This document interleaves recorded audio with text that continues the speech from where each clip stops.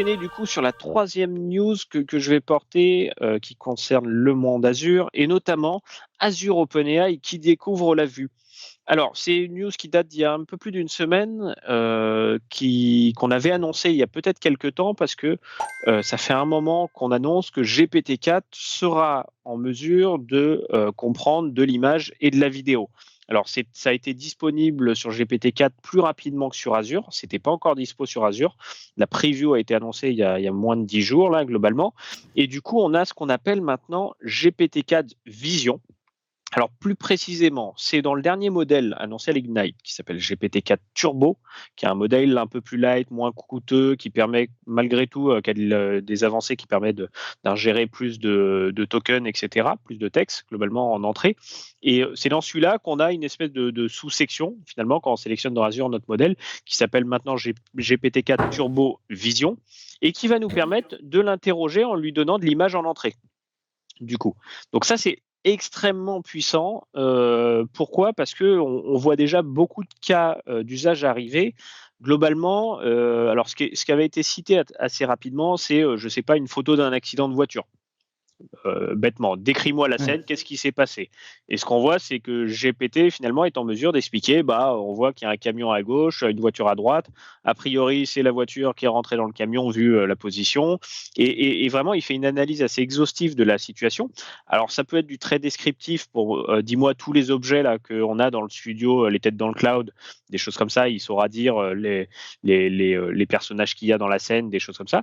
Et après on peut aller un peu plus loin, c'est-à-dire que en tant qu'outil de computer vision, donc de détection assistée de l'image assistée par ordinateur, il est capable par exemple aussi de faire de l'ossérisation, donc l'extraction des caractères. Donc si je lui donne mon constat de voiture, par exemple, et que je lui donne d'autre part la photo de l'accident, je peux lui dire, est-ce que tu penses que finalement le constat est équivalent à ce qui s'est passé dans la photo de l'accident? Parce qu'il va pouvoir extraire les caractères du constat et les comprendre, si c'est correctement écrit, hein, l'écriture manuscrite est toujours un challenge, comprendre peut-être le petit schéma qu'on a fait, donc là un peu comme la démo de Gemini dernièrement. Hein, Il faut du niveau pour comprendre les dessins de constat quand même, hein, parce que tout le monde n'est pas un artiste. Mais l'idée est là et ça fonctionne pas trop mal en vrai. Hein. On a plutôt de très bons résultats et comparer ça avec une autre scène en analyse et le tout te répondre textuellement en disant non, je pense que il manque cet événement qui est présent dans la scène mais qui n'a pas été décrit ou des choses comme ça. L'autre point, c'est on pourrait imaginer sur tout ce qui est analyse de conformité. Vous avez de l'étiquette produit, vous avez des campagnes marketing, des choses qui doivent respecter certaines règles. On peut très bien fournir ces règles-là du coup de conformité à GPT et lui dire est-ce que d'après toi cette image, cette étiquette, cette promotion respecte nos guidelines internes, et il vous dira il ressort comme une petite matrice go-no-go, un petit tableau en disant sur ce point-là oui c'est conforme, sur ce point-là c'est pas conforme, et ça marche très très bien. Alors la news importante quand même à rappeler, je pense, dans ce que tu es en train de dire, c'est que c'est surtout la facilité de le faire, parce que tous les scénarios que tu décris là, en vrai, on savait même les faire avant même que ChatGPT soit connu du public.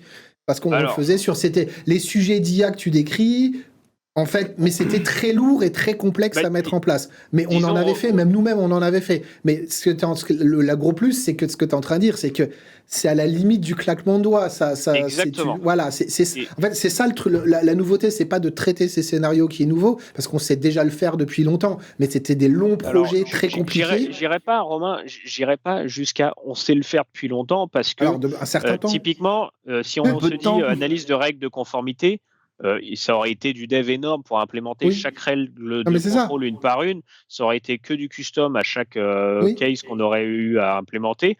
L'aspect descriptif d'une image, ça commence à arriver depuis longtemps, hein, notamment sur les PC Windows. Souvent, vous voyez sur les fonds d'écran en veille, ça décrit la scène, des choses comme ça. Ça fait un moment que Microsoft commence à intégrer ces descriptions, et puis je pense qu'il y avait toute la partie Azure Video Indexer qui permettait de le faire de mémoire. Donc bien évidemment, c'est pas, ça tombe pas de nulle part.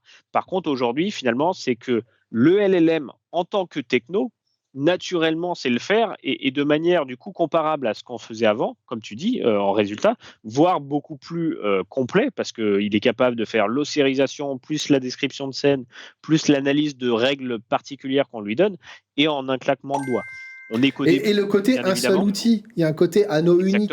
Parce qu'avant, il fallait un outil. En fait, chaque truc, c'était un outil, une techno, et même pour les pros, des compétences différentes. Exactement. Donc, tu devais être plusieurs personnes sur un projet lourd à coordonner. Là, ce qu'on dit, c'est globalement, tu vas être sur des équipes réduites avec un seul outil qui vont pouvoir le faire. Alors, de façon meilleure qualitativement et en plus, plus facilement. Je vais te dire, Romain, en toute modestie, même, c'est qu'aujourd'hui, on a des clients qui n'ont pas de compétences IA du tout, qui viennent vers nous en disant, regardez ce qu'on a fait avec GPT-4, pour prendre ce qu'il y avait avant l'arrivée d'Azure OpenAI Turbo Vision, là, et qui me disaient, regardez comment ça marche bien sur nos règles métiers. Et on n'y aurait pas pensé parce que ce sont des cas très métiers. Et le client, finalement, juste en envoyant l'image et en interrogeant le bot, se rend compte qu'il y a des super résultats. Donc, Kevin, oui.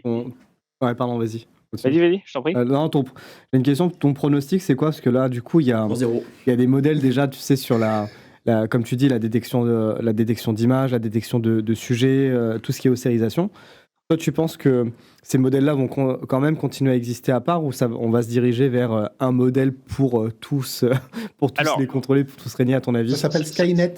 C'est sorti cet été d'après le lore Terminator.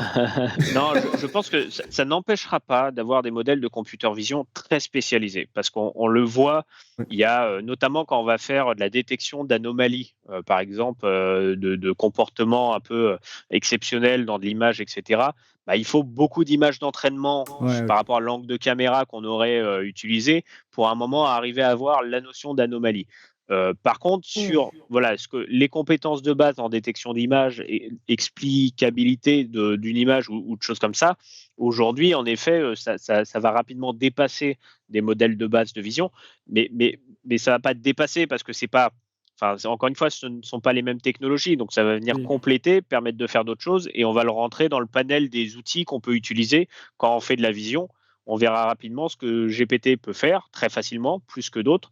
Et par contre, là où on a besoin de modèles ultra spécialisés, qu'on continuera d'entraîner vraiment parce qu'on a des enjeux de risque, de sécurité et qu'on veut des modèles très très spécialisés. On aura besoin des deux. La deuxième petite news que je vous mets donc en tout cas moi je suis extrêmement content de cette arrivée, on l'attendait parce que d'habitude ça arrivait un peu plus vite, je trouve, en décalage entre les deux. Ça avait mis un peu de temps à arriver depuis l'annonce de GPT-4, et d'un point de vue métier pour nos clients, c'est extraordinaire ce qu'on va pouvoir faire avec. Ça vient vraiment ouvrir un champ des possibles incroyable. La deuxième news, c'était l'arrivée du Semantic Kernel. Alors pareil, petit point technique, mais ça va faire le lien avec Romain. En version 1.0, Semantic Kernel, on en avait déjà parlé, je pense, dans un épisode.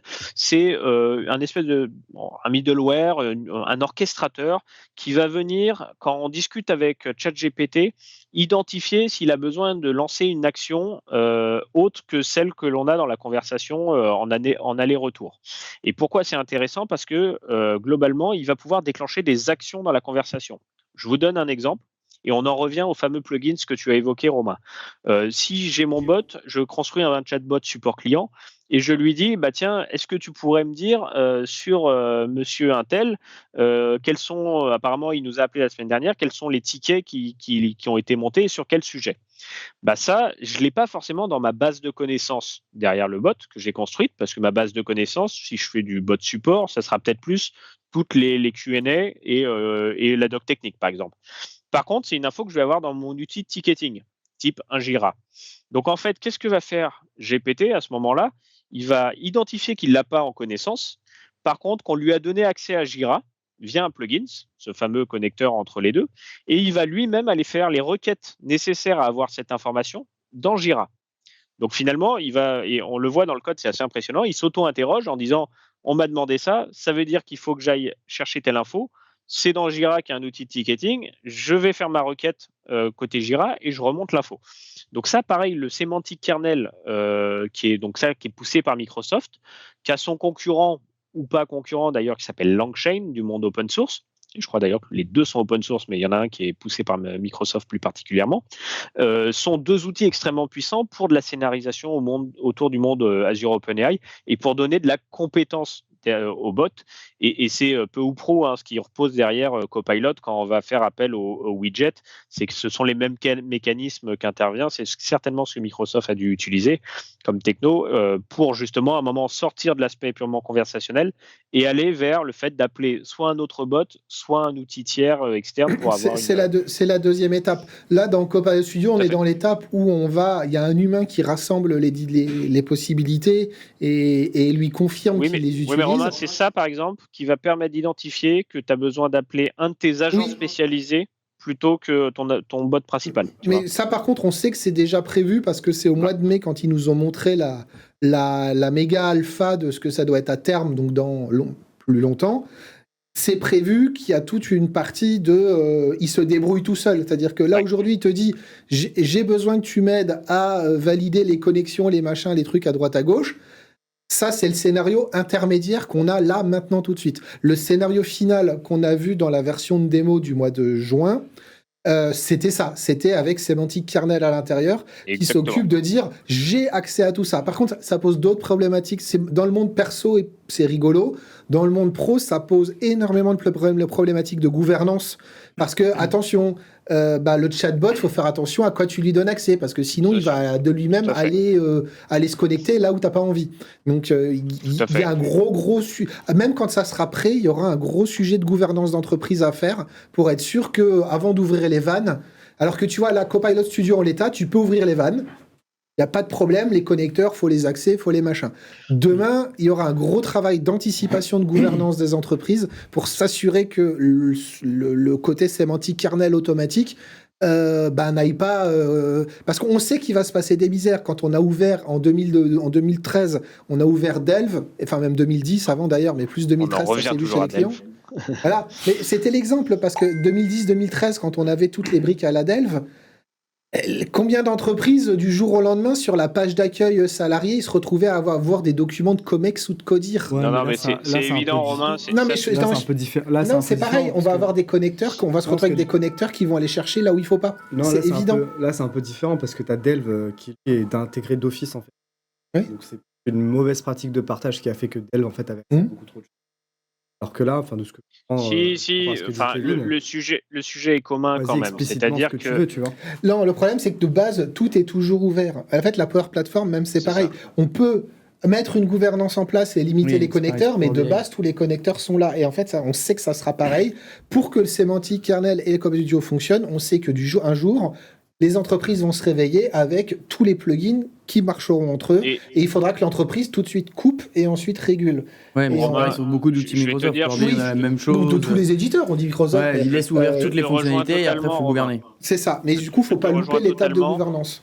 La gouvernance et l'accessibilité de manière sécurisée aux sources internes de l'entreprise va être un enjeu clé, que ce soit sur M365, Power Platform ou Azure, parce que plus on va donner de moyens d'action à un bot, quel qu'il soit et où qu'il soit, plus on devra s'assurer que finalement il n'est pas en mesure lui-même de déclencher. Et par exemple, pour aller dans ton sens, un des principes qu'on regarde côté Azure, c'est de dire à un moment, si je donne accès à un Jira, à ma base Jira, je ne lui donne accès qu'en lecture, parce que j'aimerais pas que de lui-même, il se vienne à se dire j'ai besoin d'écrire sur la base et qu'il vienne peut-être parce que il a cette capacité d'action à aller, j'ai envie de dire, détourner la base ou réécrire dessus. Donc c'est un enjeu clé clairement de cette année, et de l'année à venir sur la gouvernance des bots. C'est plus ils auront de skills, plus il faudra s'assurer et assurer à nos clients finalement qu'on est en mesure de contrer toute volonté de dérive. Mais je pense que mais c'est même au-dessus que ce soit des bots ou quoi que ce soit. Plus les outils pourront faire de choses, plus il faudra les gouverner. Point. Mais parce que ce qu'a montré les dernières années, là, on dérive un peu, mais c'est que les entreprises, il y a beaucoup de choses en fait qui restaient secrètes alors qu'elles étaient à la vue de tous. C'est juste qu'on ne savait pas où elles étaient. Tu vois. C'est juste qu'on ne savait pas sur quelles étagères elles étaient posées. Et aujourd'hui, quand tu mets la puissance de calcul, la puissance de recherche, la puissance des bots, et le traitement d'action à la seconde, des choses qui sont pas rangées, comme la porte n'est pas fermée, globalement, on s'est trouvé quoi. Mais cet enjeu, c'est un des gros enjeux qui arrive. Mais il y a aussi un autre sujet qu'on parle trop peu, je trouve, quand on n'arrête pas de parler d'IA là, et autant le glisser là. Moi, ce qu'on appelle la phase data ready. C'est-à-dire que quel que soit le sujet d'IA de copilot, de chatbot, de tout ce qu'on veut. Ça ne fonctionne que si on a des données qui ont été préparées, transformées et mises en place. Je vais citer une reprise qu'a fait Kevin côté Azure la dernière fois sur l'intervention, hein, c'est le shit in, shit out. Non, on dit garbage in, garbage out. Shit in, shit out. Non, mais... c'est la fin de l'année. C'est la fin de l'année, mais pour le coup, il l'avait dit comme ça. Et du coup, tout ça pour dire qu'en effet, si la donnée n'est pas de qualité en entrée, forcément, ce qui sort de l'IA n'aura rien de magique et on le constate bien trop souvent. Exactement.